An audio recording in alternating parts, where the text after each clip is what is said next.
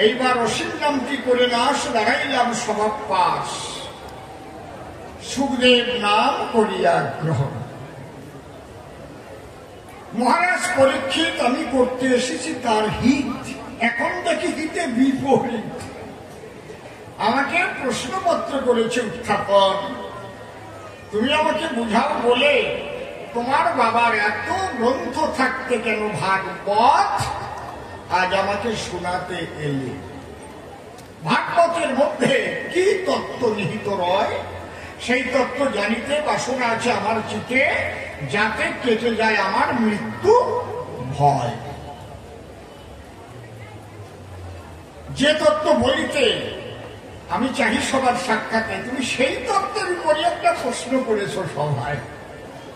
তুমি বলেছ কৃষ্ণ পরদার নিয়ে করেছে রাস, আর কতজনের নাকি গেছে কোন জায়গায় বাস, এইরকম করেছে উপহাস।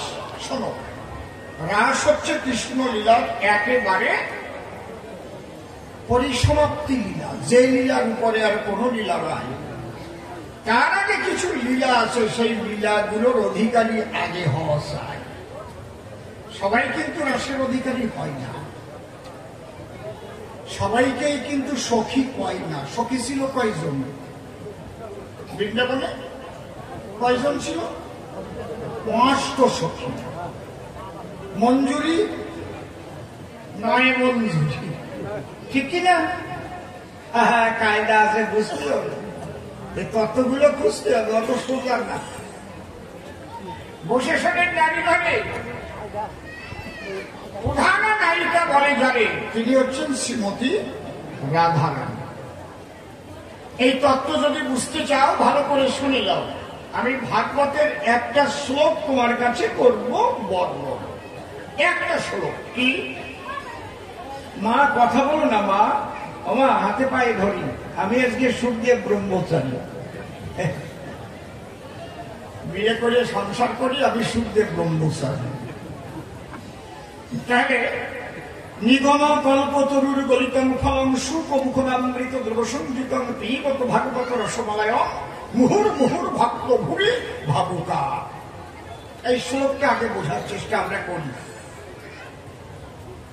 নিগম নামে কল্পবৃক্ষ, আমার কথার দিকে রাখবেন লক্ষ্য, সেই বৃক্ষে ফল ফলেছে পরিপক্ক, একটা ফল পেকে টুকু হয়ে গেছে।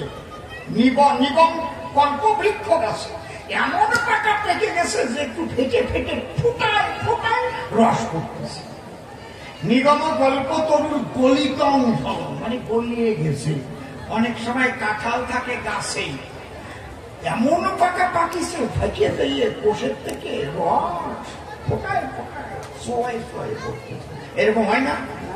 কি উদাহরণ দিলাম, হয় কিনা অনেকে ভাবতে পারে এরকম হয় নাকি, উনি বানায় বানায় কয়।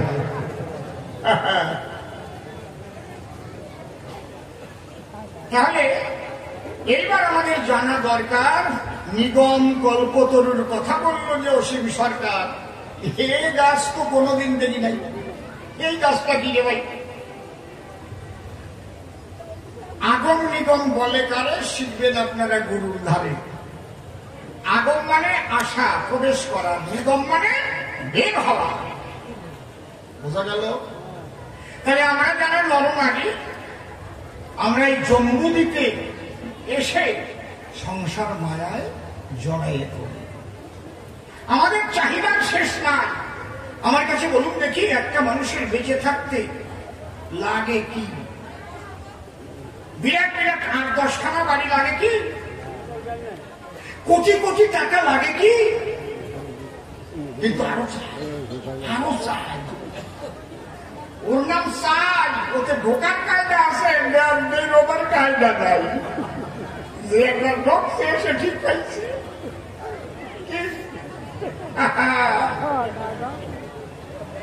আমি বলি সবার থাকে যখন টালির ঘর, ডাক দিয়ে বলে গোবিন্দের গোচর, গোবিন্দ টালির ঘরে সুখ নাই, তুমি কথা বলো, আমার অন্তত একতলা দালান দেবা।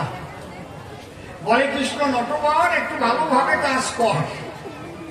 খেটে খুঁটে যখন দালান পায়, একতলা দালানে বাস করে, আর তারই বাড়ির ধারে দোতলা যখন দেখতে পারে, দেখিয়ে দোতলা, তার ভিতরে জ্বালা। বলে ঠাকুর থাকা যায় না ইঁদুরের গর্তের ভিতরে, একতলা দালান যেন ইঁদুরের গর্ত, একটু দোতলা হলে ভালো হতো।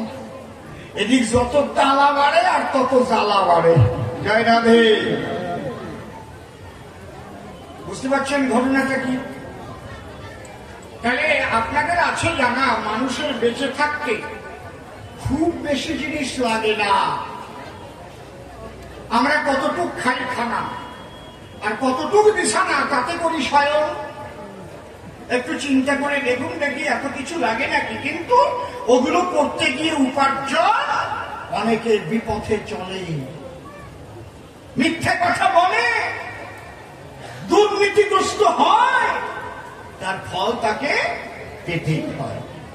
এই জন্য বলছে যে আগম, যখন তুমি ঢুকে গেলে ভাই, ওখান থেকে বেরোবার কায়দা নাই। নিগম মানে বেরোনো, এ কথা অতি সত্য।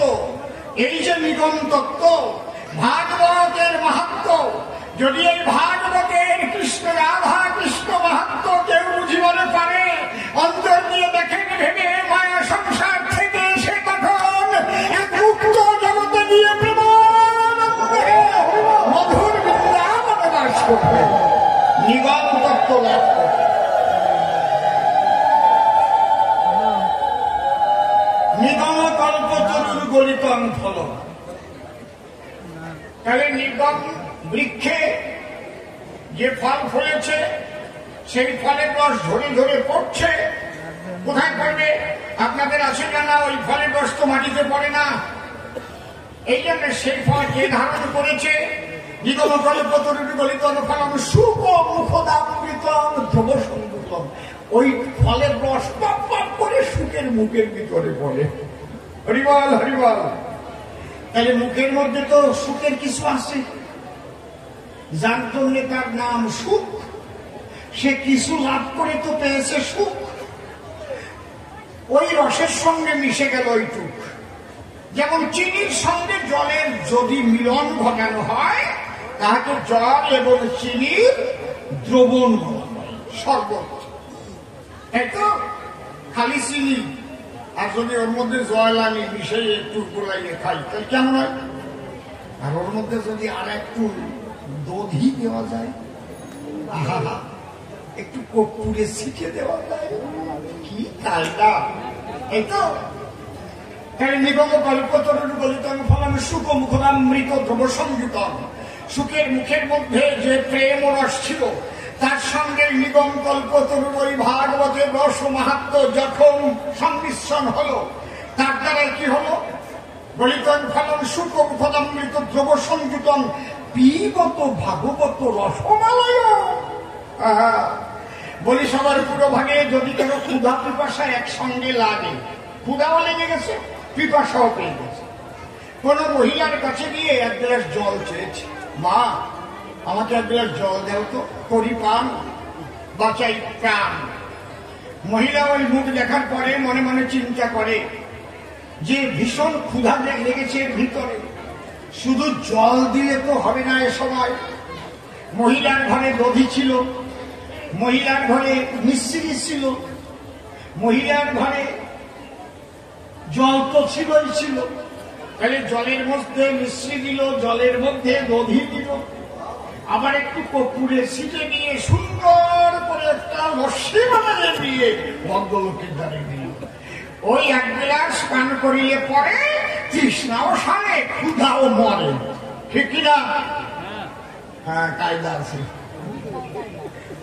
এই জন্য শাস্ত্রে করেছে মানা, যার তার মুখে কৃষ্ণ কথা শোনা উচিত না। কেন? কৃষ্ণ কথা সুমধুর, মিথ্যা কবু নয়। যেমন ক্ষীর রন্ধন করে রন্ধনশালায়, সুমধুর ক্ষীর শোনেন জ্ঞানী লোকে, সেই ক্ষীর যদি বিষ কুম্ভের মধ্যে রাখে, এমন একটা কুম্ভের মধ্যে রাখলো যার মধ্যে বিষ আছে। দেখো, নিগম কল্পতরুর গলিতং ফলং সুখ মুখদামৃত দ্রব সংযুতং পিবত ভাগবত রসমালয়ম মুহুর মুহুর ভক্ত ভুবি ভাবুকা। তাহলে সেই অমৃত রস কারা পান করে? একমাত্র ভক্ত ভাবুক যারা চরাচরে মুহুর মুহুর সেই রস তারা করে পান। আমি সেই রস তোমাকে দিতে, ওগো রাজা পরীক্ষিতে, তোমার আজ এসেছি হিতে, আর সেই মধুর রস তোমায় করতে দান। এটার কোনো গ্রন্থে নাই, একমাত্র ভাগবতেই আছে। নাই বেদ বেদান্তে আর কোনো সিদ্ধান্তে, নাই কোনো পুরাণাদি গ্রন্থে। কারণ রাধা কৃষ্ণ মধুর লীলা ভাগবতে হয়েছে বর্ণনা। আমার পিতৃদেব যিনি নারদের নির্দেশে অবশেষে এই ভাগবত লিখেছিলেন, তিনি ঈশ্বরকে নিরাকার বলে করেছিলেন লিখন। যদেকং নিষ্কলং ব্রহ্ম ভুমাতীত নিরঞ্জনম অপ্রতর্কম অভিজ্ঞং বিনাশোৎপত্তি পরিবর্জিতম। তাই ভগবান ডেকে কয়, শোনো নারদ কই তোমায়। এই ব্যাসদেব মাথা খারাপ হয়ে যাবে, ওরে বাঁচাও এ সময়। অন্তরে দেখো ভেবে, ও যতক্ষণ না রাধা কৃষ্ণ মধুর লীলা না লিখিবে ততক্ষণ ওর মনে শান্তি হবে না কখন। ব্যাসদেব পাগলের মতো হয়ে ওই মহাসাগরের পাড়ে গিয়ে করতেছিল ভ্রমণ। তখন নারদ গিয়ে ডেকে কয়, দাঁড়াও তুমি মহাশয়, এইভাবে ঘোরো কি কারণ? বলে, অসীম অনন্ত দিতে নারী তার সিদ্ধান্ত, অনন্ত অসীম অনাদি। বলে, তোমার মধ্যে একটা ব্যাধি। আরে সেই অসীম অনাদি অনন্ত সেও লীলা এসে হয়ে শান্ত, লীলারস করে আস্বাদন। বলো কি? বলে, হ্যাঁ, কৃষ্ণের যতক খেলা সর্বোত্তম নরলীলা নরবপু তাহার স্বরূপ। তুমি সেই কৃষ্ণ প্রেম জগতে দাও ডুব, অন্তর দিয়ে দেখো ভেবে, দেখবে সেই সুমধুর তত্ত্ব তুমি পাবে। আর তাই না হলে জীবন ভরে থাকবে ব্যাকুল। ওই যে মধুর বৃন্দাবনে রাধা কৃষ্ণ দুইজনে পারিষদ বর্গ নিয়ে যে লীলা করেছে সম্পাদন, ধরো আমার কথা ধরো, সেই মধুর লীলা লিখন করো, প্রেম রসে তোমার অন্তর হইবে পূরণ। নারদের আদেশ মতে আমার পিতা তুলি কলম নিয়ে হাতে এই ভাগবত লিখিতে দিয়েছিল মন। আস্তে বাবা, কথা বলছো কেন? না, ঠিক আছে, চুপ করে থাকেন সবাই, আজকের কথাগুলো শুনতে হবে। মাঝে মাঝে কি দুই একটা গল্প কব নাকি? অন্তরে করুন ধারণা, আজকের যে আলোচনা এর মধ্যে তো স্যাবলা গল্প বলা যায় না। একটু আলোচনা শোনেন আজকে নাকি, তারপরে লাগলে পরে দুই একখানা দিবানে, একেবারে বিমুখ করব না। এইবার শোনেন, জ্ঞান যোগ ভক্তি তিন সাধনের বসে ব্রহ্ম আত্মা ভগবান ত্রিবিধ প্রকাশ। এই জগতে জ্ঞানী যারা, নিরাকার ব্রহ্ম ব্রহ্ম এই বোধ পায় তারা। যোগী যারা, যোগের দ্বারা আত্মাকে দর্শন করতে পারে মহাশয়। আর ভক্ত যারা, প্রেম ও মাধুর্য নিয়ে তারা সেই রাধা গোবিন্দের লীলার রসধারা পান করে সর্বদাই। তাহলে আজকে যে রাসের প্রশ্ন করেছে, যোগ জ্ঞান যোগ, তার পরপারে গিয়ে ভক্তি রস বিরাজ করে, এত সোজা নাকি?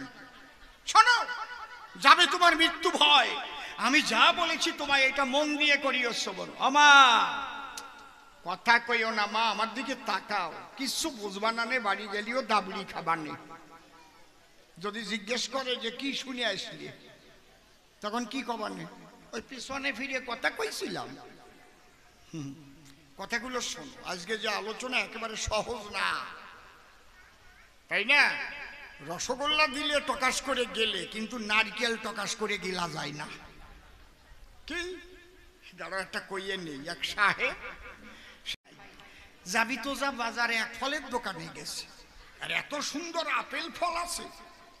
এখন আপেল দেখে সাহেব জিজ্ঞেস করছে, হোয়াট ইজ দ্যাট? ওটা কি আছে? দোকানদার বলছে, this is apple. Apple? Is it sweet? এটা কি মিষ্টি? Yeah, very sweet. Please give me an apple. দোকানদার বলছে, প্লিজ টেক ইউ। এই যে রস পাইছে, ভিতরের থেকে ঠেলা দিয়েছে, এতক্ষণ কিচ্ছু বলবে নাই। দাঁড়া, তোকে তা দিচ্ছি। Very sweet, very sweet. Very lovely. Lovely. যে আপেল হাতে দেশে কামড় দিয়ে রস পাইছে, কচা কোয়াশ, কিন্তু পাশেই আসলা নারকেল, শুকনো নারকেল। ওই দেখার পরে সাহেব বলে দোকানির ধারে, হোয়াট ইজ দ্যাট? বলে this is coconut. Coconut means নারকেল। নারকেল, please please give me a coconut. দরিয়ে দেশে আপেলের বরাদ্দে উপর দিয়ে কামড় দিয়ে 2 দাঁত ভাঙিয়ে নিয়ে শীত হয়ে পড়িস। Coconut very bad, very bad, very bad, bleeding হচ্ছে। দোকানদার বলে, ভাই তোমার এই আসলা নারকেল খাওয়া অভ্যাস নাই, তুমি আমার কাছে দাও, আমার হাতে আছে দাও, আমি শুলে দেই, তুমি টকা টক খাও। ওই কথা বলার পরে দোকানদার দাওখানা হাতে ধরে নারকেল শুলে ভিতরের থেকে যখন ওই গোলাকারটা বের করে, গোল, সাহেব লাফাই উঠেছে। What is this, what is this? As like cricket ball. দোকানদার কয়, শালা ক্রিকেট বল, এর মধ্যে জল, মারবো কপালে। যেই দা দিয়ে বাড়ি মেরেছে, ফেটে গিয়ে জল পড়ছে। ও তো আরো অবাক হয়ে গেছে। Excellent, excellent, all body cover but inside water. এ কোন কল, সব জায়গা আটকানো, তাও ভিতরে জল। কেমন লাগতেছে? মিষ্টি লাগতেছে। এইবার দা দিয়ে তুলে তুলে যখন দিয়েছে সাহেবের গালে, সাহেব কি যে আনন্দ পেলে। এই যে কৃষ্ণ মধুর কথা, বসে শোনেন বিজ্ঞ শ্রোতা, এটা ওই আসলা নারকেলের প্রায়। অন্তরে করুন ধারণা, গুরু কৃপা করে না শুলে তুলে দিলে কেউরে, সে সহজে কৃষ্ণ প্রেম ও ভক্তি পায় না। তাহলে আজকের যে আলোচনা, এইবার শোনো। একদিন কৃষ্ণচন্দ্র, যিনি সবার প্রাণের কেন্দ্র, গোচারণে থেকে শ্রীরামকে বলে ডেকে, শ্রীরাম কিছু খাবার এনে দিবি আমাকে, ক্ষুধায় তো আমার আর সয় না। শ্রীরাম বলে, তাই প্রাণ কানাই, তুই যদি ক্ষুধায় আজ কষ্ট পাস, তার চাইতে তো আর ব্যথার কিছু নাই। তাহলে আমি যাই, দেখি কোথায় কিছু পাই। কৃষ্ণ বসে আছে একটা গাছের গোড়ে, আর শ্রীরাম চলে গেছে ব্রজগোপীদের দ্বারে দ্বারে। হ্যাঁ গো, বড় ক্ষুধার্ত আমার কৃষ্ণ নটবরে, তোমরা কিছু তাকে সেবা দেবে?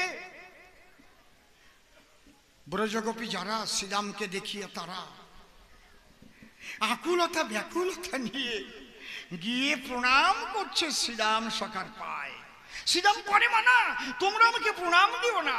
গোপীরা বলে, প্রণাম তোমার জন্য নয়, ভাগ্যবশে শ্রীরাম সখা মোদের দ্বারদেশে দিল দেখা।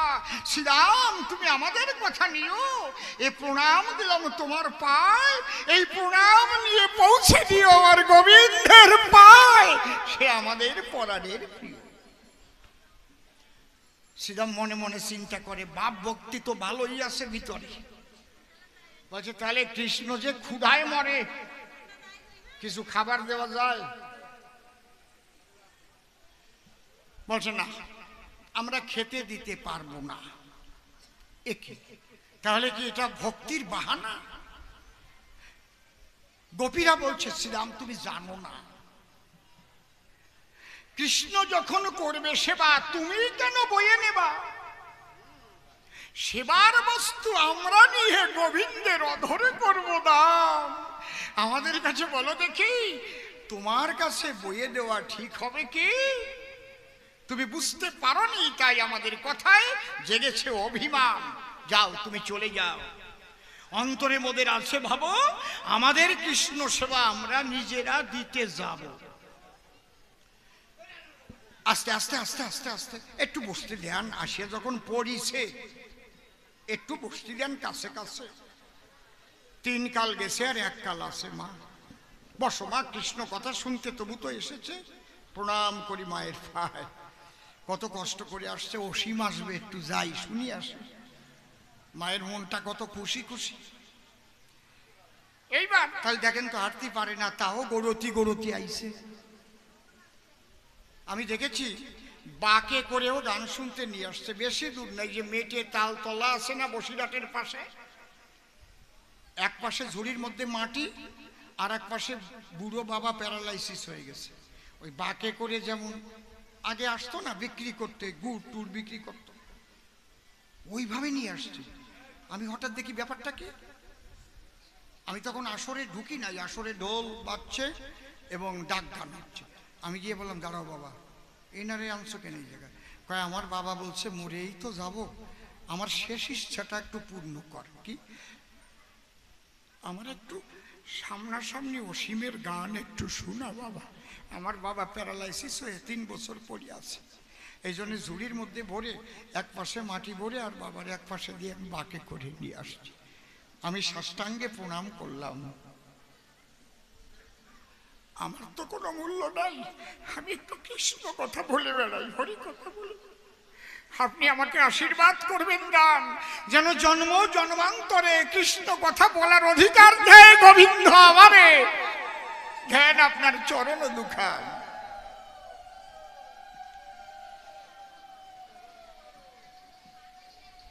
এইবার শ্রীরাম সখা চলে গেল, গোপীরা যার যার মতো রান্না করে গোবিন্দ সেবার জন্য রওনা হলো। দাঁড়িয়ে বলি সবার সান্নিধ্যে যেতে যেতে পথি মধ্যে এক গোপীর স্বামীর সঙ্গে দেখা হলো। বলছে, ব্যাপার কি, বাড়ি নাই? আমি তোমার স্বামী। কার জন্য খাদ্য ভরে সেই খাদ্যের থালা নিয়ে শিরে, হ্যাঁ কোথায় করছো গমন? অগোসাই উঠে যান কেন? আসেন, এই জায়গা চলে আসেন, আপনি উপরে উঠে আসেন। বসে শোনেন জ্ঞানী গেল।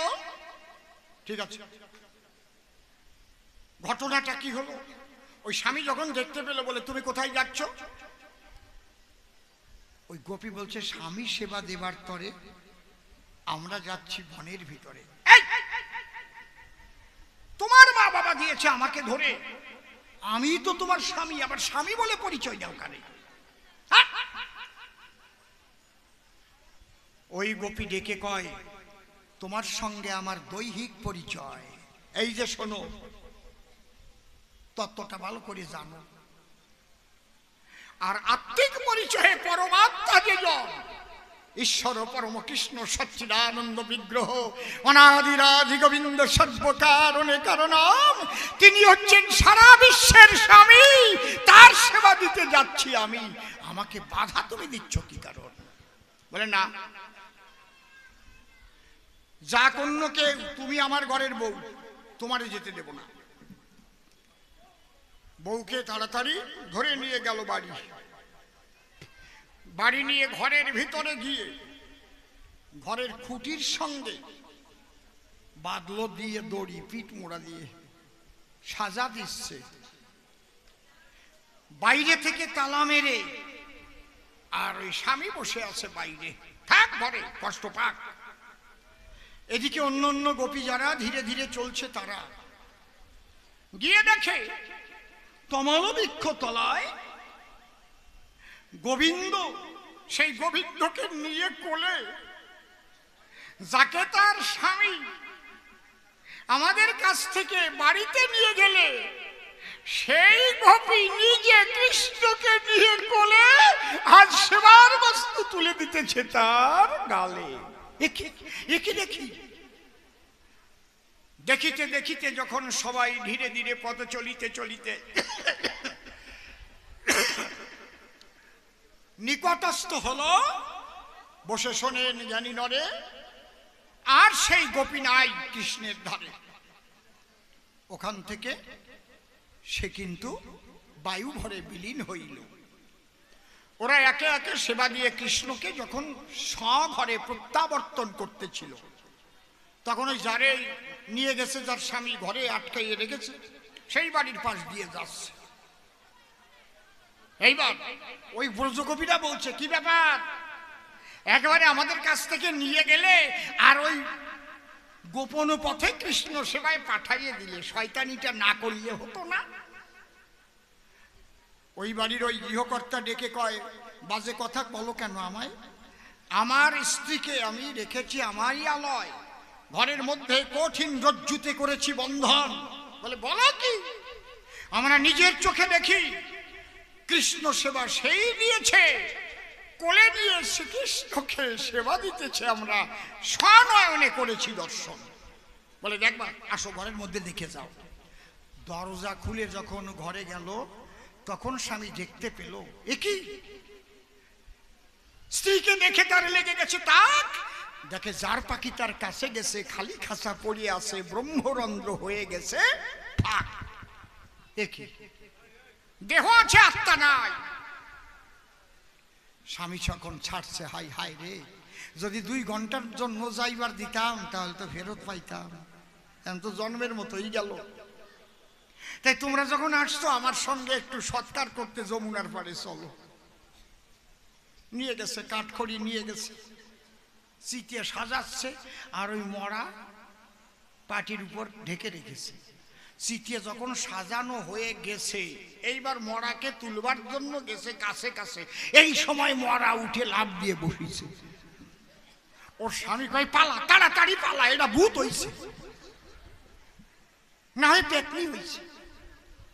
সবাই যখন পালাতে যায় তখন সে কথা কয়, বলে দাঁড়াও দাঁড়াও দাঁড়াও, ভূতের কথা আর আমার কথা একরকম শোনা যায়? ভূতে কিভাবে কথা কয়?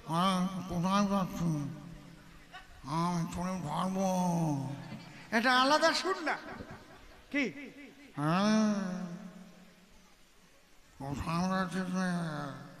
এটা আলাদা নাকা নাকা সুর।